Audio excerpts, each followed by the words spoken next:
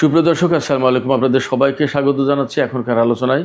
আপনাদের সঙ্গে আছি আমি সিরাজুল ইসলাম। দর্শক, আজকে বাংলাদেশ চীন সম্পর্ক নিয়ে আলোচনা করব। একই সাথে আলোচনা করব বাংলাদেশ চীন থেকে যে 10CE এই যুদ্ধ বিমান কেনার আলোচনা করছে। বাংলাদেশের প্রধানমন্ত্রী তারেক রহমান চীন সফরে রয়েছেন, সেখানে তিস্তা প্রকল্প নিয়ে আলোচনা হবে। বাণিজ্য ঘাটতি, বাংলাদেশে বিনিয়োগ, এরকম অনেক গুরুত্বপূর্ণ বিষয় নিয়ে আলোচনা হবে। এর ভিতরে সবচেয়ে আমাদের দর্শকদের কাছে যে বিষয়টি আলোচনায় আসছে বা গুরুত্ব পাচ্ছে সেটা হচ্ছে বাংলাদেশ এবং চীন তিস্তা প্রকল্পে একসাথে কাজ করবে কিনা এবং বাংলাদেশ চীন থেকে যুদ্ধ বিমান কিনবে কিনা। কারণ বাংলাদেশ এই মুহূর্তে নানান রকমের ভূ রাজনৈতিক ও সামরিক দিক দিয়ে বিভিন্নভাবে হুমকির মুখে বলেও অনেকে মনে করেন। সে কারণে এই বিষয়টি নিয়ে বিশেষভাবে গুরুত্ব দিয়ে আলোচনা করার চেষ্টা করব। একই সাথে আলোচনা করব পাকিস্তান থেকে JF-17 থান্ডার বিমান কিনা হবে কিনা এবং এই বিষয়ে মোটামুটি যথেষ্ট আদ্যপান্ত আলোচনা করার চেষ্টা করব। আশা করি আপনারা সঙ্গেই থাকবেন এবং ভিডিওটি ভালো লাগলে লাইক, কমেন্ট, শেয়ার করবেন আর চ্যানেলটি সাবস্ক্রাইব করে সাথেই থাকবেন। দর্শক, চলুন মূল আলোচনা চলে যাই। এই মুহূর্তে বাংলাদেশের সাথে চীনের সম্পর্ক নিয়ে অনেক আলোচনা হচ্ছে। কেন? তার প্রধান কারণ হচ্ছে বাংলাদেশের প্রধানমন্ত্রী তারেক রহমান চীন সফরে গেছেন এবং এই সফরটাকে বাংলাদেশের জন্য খুবই গুরুত্বপূর্ণ মনে করা হচ্ছে। বিশেষ করে সীমান্তে যখন ভারতের সাথে বাংলাদেশের পুশিনের ঘটনা নিয়ে বেশ বড় রকমের একটা উত্তেজনা চলছে। এছাড়া ভারতের পশ্চিমবঙ্গের মুখ্যমন্ত্রী শুভেন্দু অধিকারী সহ দেশটির বিভিন্ন থিঙ্ক ট্যাঙ্কের লোকজন যখন বলছেন যে বাংলাদেশের অমুক অমুক অঞ্চল কেটে নেওয়া হবে, বিচ্ছিন্ন করা হবে, ভাগ করা হবে, অমুক এলাকা দখল করা হবে, বাংলাদেশের ভেতরে বিভিন্ন রকমের বিশৃঙ্খলা সৃষ্টি করা হবে, এই সমস্ত নানান রকমের হুমকি যখন দিচ্ছেন, তখন এই সফরটা সংগঠিত হচ্ছে। এবং যেহেতু চীনের সাথে ভারতের আঞ্চলিক এবং আন্তর্জাতিক পর্যায়ে প্রতিযোগিতা আছে, দ্বন্দ্ব আছে এবং সামরিক, রাজনৈতিক, অর্থনৈতিক সব রকমের টানাপোড়েন আছে, সেই কারণে এই বিষয়টা এই মুহূর্তে খুব বেশি আলোচনায় আসছে। একই সাথে তিস্তা চুক্তিও কিন্তু খুব গুরুত্বপূর্ণ। তিস্তা চুক্তি গুরুত্বপূর্ণ এই কারণে, তিস্তা নদীর উপর বাদ দিয়ে ভারত আমাদের এপাশের নদীকে একেবারেই মেরে ফেলেছে, যার কারণে শুষ্ক মৌসুমে একেবারে মরুভূমি, আর যখন বর্ষা মৌসুম আসে, এই যে এখন তিস্তা প্রকল্প সমস্ত সব কপাট খুলে দিচ্ছে এবং আমাদের এপাশে বন্যায় ডুবে যাবে। তো এই যে যখন আমাদের পানি দরকার তখন আটকে রাখে, আর যখন পানির দরকার না তখন ছেড়ে দিয়ে আমাদের ডুবিয়ে মারে। এই যে এরকমের বিভিন্ন রকমের সংকট আছে, এই সংকটগুলো আসলে এই তিস্তা প্রকল্পের সাথে অনেক কিছু জড়িত। বাংলাদেশের প্রধানমন্ত্রী তারেক রহমান যখন চীন সফরে গেছেন, তখন এই বিষয়টা নিয়ে কতদূর কি হবে, আমরা চুক্তি করব কিনা, চীন আমাদেরকে ব্যাপারে সাহায্য করবে কিনা, চীন এখানে অংশগ্রহণ করবে কিনা, আমাদেরকে কারিগরি সহায়তার পাশাপাশি আর্থিক সহায়তা দিয়ে সাহায্য করবে কিনা, পাশে থাকবে কিনা, এই সমস্ত নানান রকমের আলোচনা চলছে। সমস্ত সব কিছু ছাপিয়ে সবচেয়ে বড় প্রশ্ন দেখা দিয়েছে যে বাংলাদেশ কি চীন থেকে নতুন করে মোটামুটি আধুনিক 4.5 জেনারেশন, যেটা অর্থাৎ প্রজন্ম 4.5, 5th জেনারেশন বলে, এটা 4.5 জেনারেশন, এই জেনারেশনের J-10CE এই বিমান, যুদ্ধ বিমান, মাল্টিরোল ফাইটার আমরা কিনবো কিনা, এটা নিয়ে কোনো চুক্তি হবে কিনা, এটা নিয়ে আলোচনা হবে কিনা, ইত্যাদি ইত্যাদি। এবং এই বিমানের ব্যাপারে এত বেশি আগ্রহ মানুষের এই কারণে, গত বছরের মে মাসে ভারত এবং পাকিস্তানের ভেতরে 6 দিনের একটা সংক্ষিপ্ত যুদ্ধ হয়েছিল। সেই যুদ্ধের সময় পাকিস্তান একেবারে সহজেই চীনের কাছ থেকে পাওয়া এই J-10CE এই বিমানটা ব্যবহার করে ভারতের রাফাল বিমান, অত্যাধুনিক বিমান রাফাল বিমান, এই বিমানকে পরাজিত করেছিল এবং ভারত মারাত্মক রকমের কোণঠাসা হয়ে পড়েছিল। ভারতের অনেকগুলো বিমান ভূপাতিত করেছিল পাকিস্তানের বিমান বাহিনী বা পাকিস্তানের পাইলটরা, বা এই J-10C বিমান ব্যবহার করে। সেই কারণে বাংলাদেশের মানুষ মনে করে যে এই বিমান কিনলে বুঝি আমরা ভারতের মোকাবেলায় বা ভারতের এগেনস্টে আমরা একটা শক্তিশালী অবস্থানে থাকতে পারবো এবং ভারত আমাদের বিমান বাহিনীকে বা আমাদের সামরিক শক্তিকে খানিকটা সমীহ করবে, এইরকম একটা জায়গা থেকে মানুষ প্রত্যাশা করেন। আসলে আমি যা বলি, সবচেয়ে বড় যে কারণ এই রকম প্রত্যাশার, সেটা হচ্ছে যারা এই সমস্ত প্রত্যাশা করে, যারা এরকম চিন্তা করে, তারা প্রত্যেকটা মানুষ বাংলাদেশকে ভালোবাসে। তারা বাংলাদেশের উন্নতি চায়, বাংলাদেশের কল্যাণ চায়, বাংলাদেশ স্বাধীন সার্বভৌম রাষ্ট্র হিসেবে বিশ্বের বুকে বুক উঁচু করে, মাথা উঁচু করে দাঁড়িয়ে থাকুক, দাঁড়াক, এটা চাই। যার কারণে তারা চাই ভারত কেন, যে কোনো দেশের মোকাবেলায় বা যে কোনো দেশের সামরিক সক্ষমতার সামনে যেন আমরা একেবারে দুর্বল, খুব নরম অবস্থানে বা খুব খারাপ অবস্থায় না থাকি, এই প্রত্যাশাগুলোই মানুষের। যার কারণে এই যে আমাকে অনেক দিন ধরে অনেক দর্শক অনুরোধ করেছেন যে আপনি বাংলাদেশের সামরিক সক্ষমতা, ইরান, ইসরায়েল, আমেরিকার এই যুদ্ধের প্রেক্ষাপটে বাংলাদেশের কী করণীয়, কী করা উচিত, বা বাংলাদেশের সামরিক সক্ষমতা কোথায়, কোন কোন জায়গায় কাজ করা দরকার, পাকিস্তানের সাথে, চীনের সাথে, ইরানের সাথে আমরা কিভাবে সম্পর্ক করতে পারি, ইত্যাদি ইত্যাদি। এবং আমি যতদূর মনে করতে পারি কেউই এই পর্যন্ত বলেনি যে ভারতের সাথে সম্পর্ক আমরা কিভাবে ডেভেলপ করতে পারি, ভারতের কাছ থেকে আমরা কী কী কিনে সামরিক দিকে উন্নতি করতে পারি, এই সমস্ত কেউ বলেনি। যার কারণে বুঝতে পারি যে কেন যেন মানুষের ভেতরে একটা ভারত বিরোধী ফিলিংস আছে। এটা মোটামুটি আমি দেখতে পারি, বুঝতে পারি। অবশ্য ভারত বিরোধী ফিলিংস হওয়ার একটা বড় কারণ আছে, একটা না অনেকগুলো কারণ থাকতে পারে। তার ভিতরে আমি একটা কথা একটু বলে আসি এখানে। ভারত আমাদের একেবারে নিকটতম প্রতিবেশী, 3 দিকে ভারত, একদিকে আমাদের বঙ্গোপসাগর।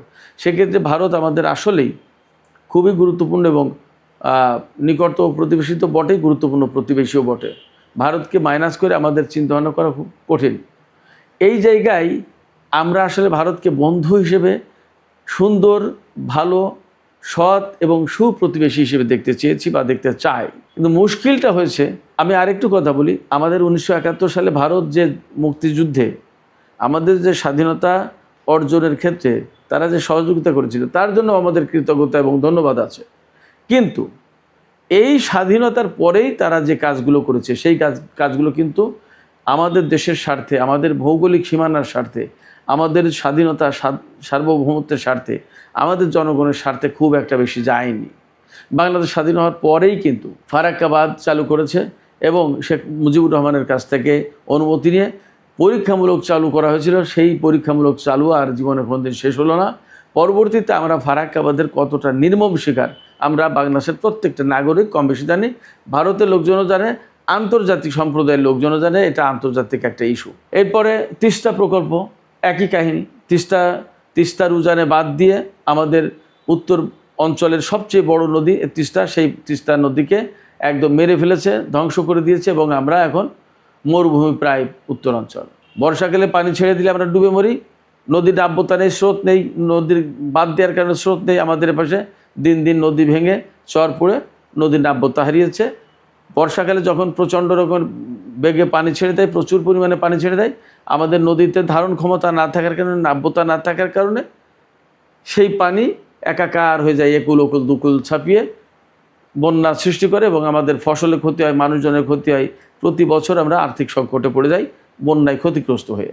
তার মানে আমাদের, এবং এই যে তারা বন্যায় মারছে, শুষ্ক মৌসুমে পানিতে মারছে, অর্থাৎ 2 মৌসুমেই পানিতে মারছে, একবার পানি না দিয়ে আর একবার পানি দিয়ে। এই যে পানি দিয়ে এবং না দিয়ে, তার মানে কি, ভারত আমাদেরকে বোঝালো যে আমি যদি দিই তবে তুমি পাবে, আমি যদি না দিই তবে তুমি পাবে না। তার মানে আমরা তাদের উপর নির্ভরশীল। এই যে বড় ভয় সুলভ একটা আচরণ করলো, অর্থাৎ কোনো ক্ষেত্রে সে প্রভু হয়ে দাঁড়ালো যে সে দিলে পাবো, না দিলে পাবো না। অথচ আন্তর্জাতিক নদী হিসেবে আমাদের কিন্তু ন্যায্য অধিকার, আমার ভাটির দেশ হিসেবে আমাদের পানি পাওয়ার অধিকার, ন্যায্য অধিকার, সেই অধিকার থেকে আমাদের বঞ্চিত করছে। একইভাবে এরকম আমাদের বাংলাদেশের উজানে বলা হয় 54টা নদীতে, অভিন্ন 54টা নদীতে বাদ দিয়েছে, কিন্তু সংখ্যাটা সম্ভবত আরও বেশি। আমরা যদি 54টা নদীর কথা ধরিও, তাহলেও বাংলাদেশের ভেতরে আরও বহু সংখ্যক নদী এই বাঁধ এবং ভারতের পানি আটকে দেওয়ার কারণে আমাদের নদীগুলো মরে গেছে। খাল, বিল, নদী, নালা সব কিছু শেষ। আমাদের এতে মাছের প্রজন্ম, মাছের প্রজাতি নষ্ট হয়েছে, আমাদের ধান ফসল, আমাদের নদীর নাব্যতা, জোয়ার না থাকার কারণে উজানে লবণাক্ত পানি চলে আসছে। আমরা ভূপ্রকৃতি বিভিন্নভাবে, মরুকরণ হচ্ছে, লবণাক্ততা হচ্ছে, বহুভাবে আমরা ক্ষতিগ্রস্ত। জলবায়ু, আবহাওয়াগত সব দিক দিয়ে আমরা ক্ষতিগ্রস্ত এই ভারতের কারণেই। সেক্ষেত্রে বাংলাদেশের মানুষ ভারতকে যদিও বন্ধু ভাবতে চায়, বন্ধু ভেবেছিল, কিন্তু ভারতের কারণেই সেই জিনিসটা নষ্ট হয়ে গেছে। একদম সহজ কথা। এই কথাটা ভারত কখনোই বুঝতে চেয়েছে বলে আমার কাছে মনে হয় না। যাই হোক, এইরকম একটা জায়গা থেকে আমরা তো অনেক অনেক জায়গায় বঞ্চিত। আমাদের এত বৃহৎ প্রতিবেশী, তারা সীমান্তে আমাদের বিজিবি আছে বা বিডিআর ছিল, তাদের বিএসএফ আছে, এর ভেতরেও কাঁটা তারের বেড়া দিয়ে আমাদেরকে ঘেরাও করে ফেলছে। সীমান্তে যে সমস্ত চোরাচালান হয়, সেই চোরাচালানে ফেন্সিডিল, মাদক এ সমস্তগুলো আসার জন্য ভারত ব্যবস্থা করে দেয়, অথচ গরু বা আদার আনতে গেলে কিন্তু আমাদের লোকজনকে হত্যা করে। আমি যদিও চোরাচালান বা অবৈধ কোনো রকমের মানে লেনদেনের আমি পক্ষে কথা বলছি না, কিন্তু গরু চোরাচালান করে আনতে গেলে মানুষ হত্যা করে, অথচ ফেন্সিডিল থেকে শুরু করে বিভিন্ন রকমের মাদক চোরাচালান করে যখন আনা হয় তখন কিন্তু কোনো মানুষকে গুলি করে হত্যা করে না। এই যে প্রবলেমটা, এই প্রবলেমটা আমাদের বাংলাদেশের বেশিরভাগ মানুষ জানে, যার কারণে বাংলাদেশের বেশিরভাগ মানুষের কাছে মনে ভারত বিরোধী একটা ফিলিংস তৈরি হয়েছে এবং এটা এখন জাতীয় পর্যায়ে প্রথিত হয়েছে। এই জায়গা থেকে পাকিস্তানের সাথে সম্পর্ক চাই, চীনের সাথে সম্পর্ক চাই। কেন? শত্রুর শত্রু আমাদের বন্ধু, এরকম একটা থিওরি দাঁড় করায়। ভারতের শত্রু চীন, ভারতের শত্রু পাকিস্তান, অতএব তাদের শত্রু আমাদের বন্ধু হবে, এই একটা ধারণা মোটামুটিভাবে গ্রহণ করে ফেলেছে। যাই হোক, আমি মূল আলোচনা আসি এবার সেই যুদ্ধ বিমান নিয়ে। যুদ্ধ বিমানের যে আলোচনাটা করতে চাই সেটি হচ্ছে, হ্যাঁ, বাংলাদেশ চীনের কাছ থেকে যে 10C এই যুদ্ধ বিমান কিনতে চায়, এ ব্যাপারে অনেকটা আলোচনা এগিয়েছে।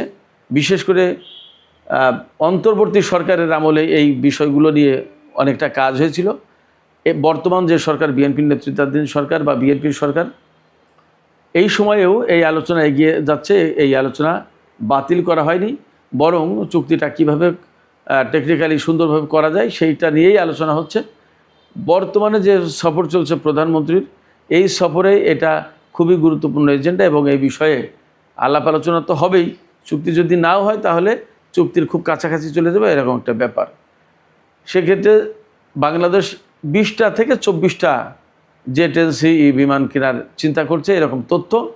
এই বিমান যদি আমরা কিনতে পারি তাহলে নিশ্চয়ই আমাদের বাংলাদেশে এই পর্যন্ত বাংলাদেশের হাতে যে সমস্ত যুদ্ধ বিমান আছে তার ভিতরে সবচেয়ে সক্ষম, ক্ষমতা সম্পন্ন বিমান হবে এই যে 10C বিমান। এটা 4.5 জেনারেশনের, অর্থাৎ চতুর্থ প্রজন্মের যে বিমান তার চেয়ে উপরে, পঞ্চম প্রজন্মের চেয়ে নিচেই। এটা অনেক ভালো বিমান। এই বিমানগুলো প্রতিটি বিমানের দাম পড়বে প্রায় 730 কোটি টাকা করে, শুধু একটি বিমানের দাম। পূর্ণাঙ্গ প্যাকেজ যদি নেওয়া হয় তার ভিতরে প্রশিক্ষণ থাকে, পাইলটদের প্রশিক্ষণ, স্পেয়ার পার্টসের দাম থাকে, এরপরে আরও বিভিন্ন রকমের প্রশিক্ষণ, নানা রকমের সার্ভিস, আদার ইস্যু থাকে এখানে। সেগুলো সব কিছু মিলিয়ে যদি 20টি যে 10C এই বিমান কেনা হয় তাহলে তার দাম পড়বে প্রায় 15,000 কোটি টাকা। তো এই বিমান কেনা মানেই বাংলাদেশের বিমান বাহিনী একেবারে দারুণভাবে শক্তিশালী হয়ে উঠবে এবং আধুনিক হয়ে যাবে।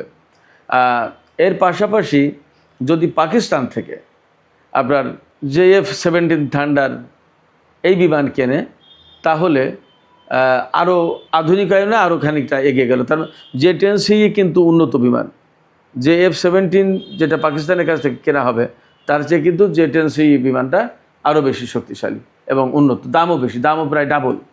পাকিস্তানের একটা বিমান প্রায় 365 কোটি টাকা মতো পড়বে, আর সেখানে যে 10C পড়বে 730 কোটি টাকা, প্রায় ডাবল। তো সেক্ষেত্রে শক্তির তুলনায় JF-17 থান্ডারের চেয়ে যে 10C যে ডাবল তা কিন্তু বলা যাবে না, কিন্তু মানে অবশ্যই যে 10C উন্নত।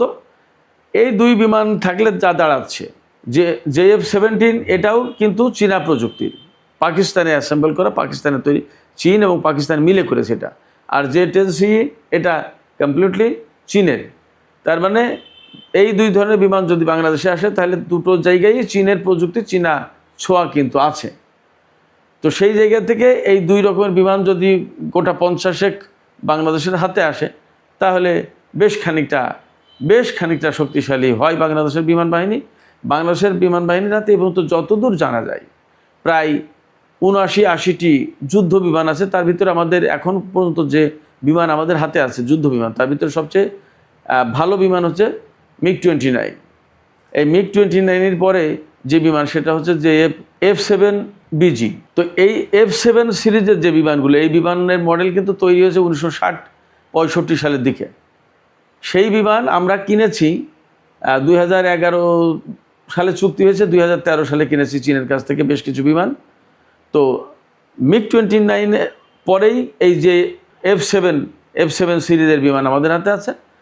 আমাদের হাতে আছে রাশিয়ার তৈরি বা আরও বিভিন্ন জায়গার হেলিকপ্টার, তারপরে মার্কিন হারকিউলিস বিমান, পরিবহন বিমান যেটা, এরকম বিভিন্ন দেশের বিমান আছে। তবে আমাদের যুদ্ধ বিমান মূলত রাশিয়া এবং চীনের তৈরি বিমান। এই